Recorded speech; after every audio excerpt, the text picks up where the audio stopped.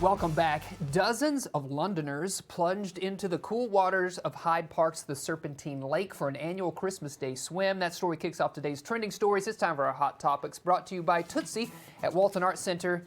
As I said, dozens of Londoners, they plunged into those cold temperatures at the Serpentine Swimming Club. They host the Peter Pan Cup every year on December 25th, which sees swimmers of all ages take part in a 100-yard swim despite water temperatures of about 4 to 5 degrees Celsius.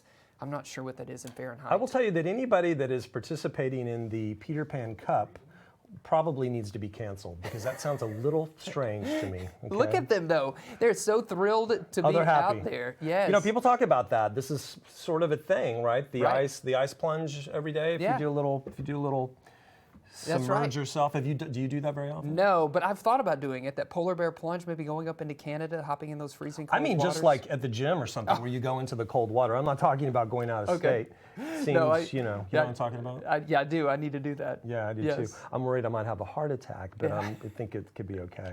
Did you know that event right there has been growing in popularity in recent years, but it was first held in the year 1864. That's what I heard. Yep, yeah, that's right. That's crazy. Well, here's a story to warm your hearts. Firefighters dressed as Santa Claus and his elves delivered presents to sick children at Athens' main children's hospital last week.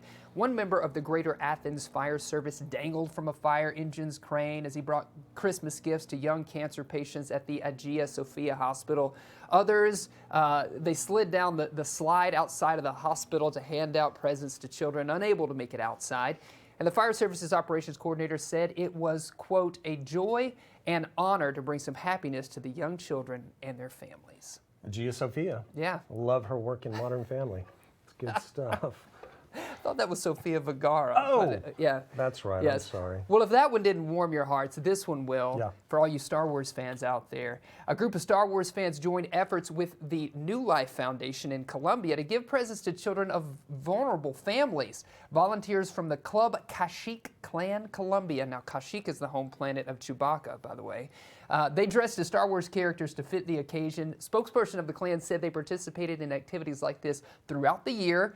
Quote, this is like giving a little piece of our heart to the children, he said. One grandmother, some of the kiddos present, said she appreciated the gesture from both organizations. So how cool is that? It was really cool. Yeah, I love to see that. And speaking of Star Wars, can we stick with some space news? I know we were talking about Avatar earlier. We went to see it yesterday.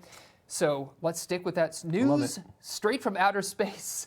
Avatar: The Way of Water sailed to the top of the box office in its second weekend, bringing in a strong $58 million in North America.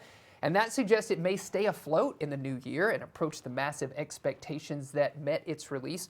Globally, The Way of Water is already the third highest grossing film released in 2022, bringing in $855 million, putting it only behind Top Gun Maverick and Jurassic World Dominion, and it is a lock to surpass $1 billion.